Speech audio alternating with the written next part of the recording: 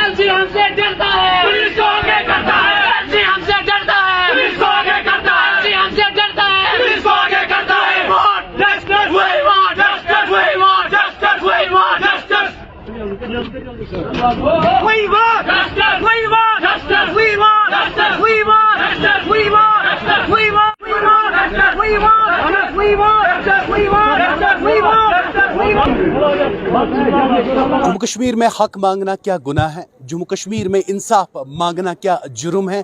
क्या खता है उन लोगों की जो आए दिन श्रीनगर की प्रेस कॉलोनी में प्रोटेस्ट कर रहे हैं? जी हाँ, मैं बात कर रहा हूँ उन एस्पिरेंट्स की जो पिछले 7 महीने से लगातार अपने हक और इंसाफ के लिए लड़ रहे हैं। ये फायर एंड इमरजेंसी एस्पिरेंट्स है। जम्मू में एहतिजाज, श्रीनगर में एहतिजाज, हर किसी जगह एहतिजाज। 7 महीने से लड़ रहे हैं अपने हक और इंसाफ के लिए, मगर कोई इनकी सुन नहीं रहा। बहुत सारे पॉलिटिशियन इनके प्रोटेस्ट में आए, आश्वासन तो दिलाया गया, मगर साहब आज ये सवाल पूछ रहे, साहब बिलाखिर हमारा मसला हल क्यों नहीं होता? हमारी कोई सुनता क्यों नहीं है? क्या आवाज उठाना गलत है? क्या बात रखना जुर्म है? क्या किसी के खिलाफ बोलना ये डेमोक्रेसी नहीं है? क्या हमें कोई राइट नहीं है? क्या ये अच्छे दिन है? क्या ये नया कश्मीर है? क्या ये विकास है? आपने कहा था ट्रांसपेरेंसी लाएंगे, क्या ये ट्रांसपेरेंसी है? पिछले 7 महीने से हम लोग चिल्ला रहे अपने हक के लिए, क्या क्यों नहीं हमें हक मिलता है? जब सरकार बड़े बड़े दावे करती है कि हम हर किसी को हक दिलाएंगे, गरीब के साथ जुल्म नहीं होगा, बेरोजगार को रोजगार मिलेगा,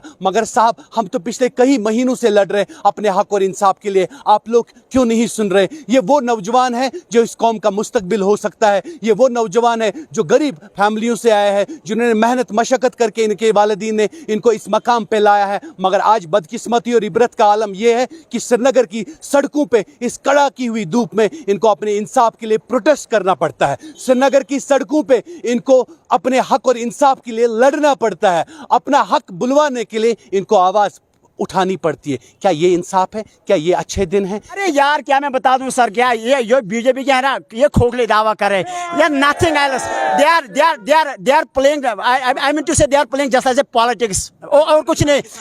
अरे मैं खुद रविंद्र राणा से मिला हूं जम्मू, मैंने खुद उसके सामने रोया, गिड़गिड़ाया है, इतने आंसू बहाए, लेकिन उसके बावजूद भी कहाँ रोएगा? उनको क्या हमारे रोने से, लेकिन अब वो रोएगा क्योंकि time is coming, they have to kick out from their own party. उसको अब किक आउट किया जाएगा ना अपनी पार्टी से। अब नया प्रेसिडेंट यहाँ पे बीजेपी का बना जाए।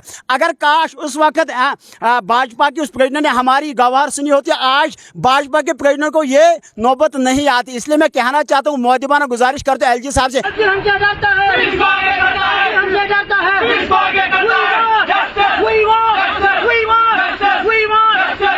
मेरा नाम बिलाल अहमद शेख है। हम फायर एंड इमरजेंसी के ड्रॉप आउट एस्पिरेंट्स है। हम हर रोज़ इस प्रेस के में क्यों यहाँ पे अपना धरना दे रहे हैं, आप इससे बखूबी वाकिफ़ है कि हमारा हक हमसे छीन लिया गया है। हम बराबर 2013 से लेके बराबर 2022 तक, हत्ता कि 2030 तक हम पीसते आए हैं। हमारी मांग कोई यहाँ पे नहीं सुन रहा है। अगर यहाँ पे एलजी हुकूमत है, ये पूरा दुनिया जानता है कि अगर जम्मू कश्मीर की हिस्ट्री में कोई स्कैम है वो है Jammu and Kashmir fire and emergency scam. यहाँ पे नेपोटिज्म, यहाँ पे ब्लड रिलेशन, यहाँ पे अपनों को नौकरी दे दी गई है। एलजी साहब ने अगर हमारा जो लीडर है निसार अहमद, अगर एलजी साहब के सामने वो भी गया है, एलजी साहब के सामने उसने वो अपने वो डॉक्यूमेंट सब कुछ पेश किया कि बोला कि इसमें स्कैम है।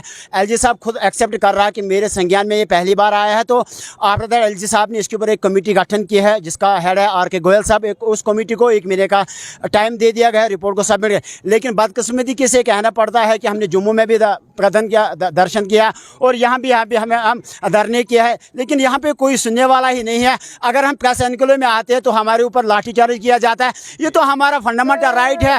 We are coming here, we are demanding here for our justice. Why LG administration keeps the police in front of us? Why LG administration given us the right so that we can express our views in front of the government?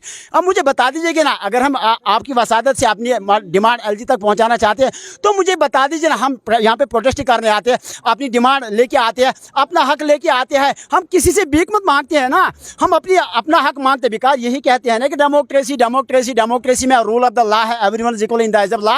What is the rule of the law? Tell me ना, what is the LG साहब, tell me ना what is the rule of the law?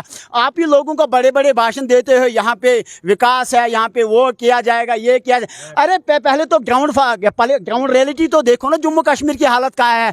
जब से application article 370 हुआ है, 35 हुआ है, तब से यहाँ पे हमने सिर्फ और सिर्फ देखे यहाँ तो यूं सड़कों पे आते हैं। अगर आपको एक टाइम पीरियड दे दिया आपने इस कमेटी को, तो वह कमेटी था सबमिटिंग द वह कमेटी था showing the report in the public domain. Why? आपको लगता है कि सबने आपके साथ खेला एक सियासी? हाँ, they are playing the politics, nothing. इनको हमारे से कोई मकसद नहीं है। बस ये इसलिए हमारे इन प्रोटेस्ट में आते हैं सिर्फ अपनी पॉलिटिक्स की दाल चढ़ाने के लिए और कुछ नहीं। लास्ट में हमारा मुतालबा ये है कि report with in days public domain में आना चाहिए। हम यहाँ से नहीं हटेंगे क्योंकि हमारा हक हमसे छीन लिया गया है। जो हक जिसने हमारा हक हमसे छीन लिया उसको हम तब तक यहाँ से नहीं छोड़ेंगे जब तक हम उससे वो अपना हक वापस नहीं लेंगे। चाहे उसमें जो फायर एंड इमरजेंसी की वो मेन ऑफिशियल्स की जिनका नाम ऑलरेडी मैंने डिक्लेयर किया, मेरे भाइयों ने डिक्लेयर किया। अगर ये लोग जल्द पब्लिक डोमेन में रिपोर्ट नहीं लाएंगे, मैं वसूख से क्या तो मैं एक इंसान का नाम मीडिया में डिस्क्लोज करूंगा जो इसके पीछे, चाहे वो ऑफिशियल्स हो, चाहे वो ब्यूरोक्रेट्स हो, चाहे वो Jammu Kashmir fire and emergency के खुद। इनको स्कैम को बाहर निकालो। मेरा नाम खुर्शीद अहमद शेख है, मैं डिस्ट्रिक्ट गांधरबल से बिलोंग करता हूँ। ये जो गवर्नमेंट का रवैया है, एलजी एडमिनिस्ट्रेशन का रवैया हमारे और ये हमें बार बार मजबूर कर रहा है कुछ भी गलत कदम उठाने, ताकि हम इस स्टेज पे पहुंच गए। हम कुछ भी करने के लिए तैयार हैं क्योंकि हम बार बार यहाँ नहीं आ सकते। 10 साल से हम चला रहे हैं, पिछले 3 साल से हम कंटिन्यूसली प्रोटेस्ट कर रहे हैं, लेकिन ये टस से मस नहीं हो रहे हैं। अगर इंक्वायरी हो गई, टाइम बाउंड इंक्वायरी थी, लेकिन वो रिपोर्ट आता क्यों नहीं है? मसला क्या है?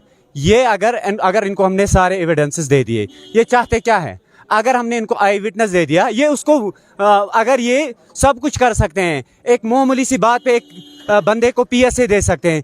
चलो पहले जिसने स्कैम खुद ही कबूल किया इसको पीएसए दे दो पहले, फिर देखेंगे। खुद ब खुद ऑफिसर्स की चेन वो खुद ब खुद फंसा देगा।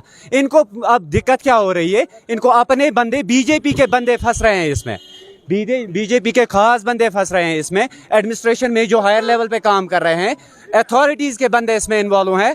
हालांकि हमें पता है किस होम से कितने बंदे हैं, उस डिपार्टमेंट से क्या हुआ है, उन्होंने कैसे। देखो आम सी बात है, अगर डिपार्टमेंट ने चोरी की, अगर पेपर लीकेज किया, उसके पास तो लिस्ट अप्रूव करने के लिए होम के पास जाना था, उन्होंने कैसे अप्रूव किया? सोचने की बात है। प्रिंसिपल सेक्रेटरी ने कैसे अप्रूव किया? एलजी एडमिनिस्ट्रेशन ने लिस्ट को कैसे अप्रूव किया? जब तक ये ऊपर से नीचे तक चेन बनी न थी, तब तक ये कैसे पॉसिबल हुआ? हम चाहते हैं कि रिपोर्ट पब्लिक किया जाए। हम चाहते हैं रिपोर्ट, हाँ, पब्लिकली रिपोर्ट आ जाए। जो कमेटी बनाए उनकी रिपोर्ट पब्लिश हो जाए, हम भी देखें। क्योंकि हम तब भी जो भी रिपोर्ट आएगा, चाहे हमारे फेवर में आएगा या नहीं आएगा, हम तब भी उसको काउंटर करेंगे। गवर्नर साहब का जो भी स्टेटमेंट होगा, हम उसको कभी भी काउंटर करने के लिए तैयार हैं। लास्ट पे है कि हमारा रिपोर्ट जल्दी पब्लिश किया जाए।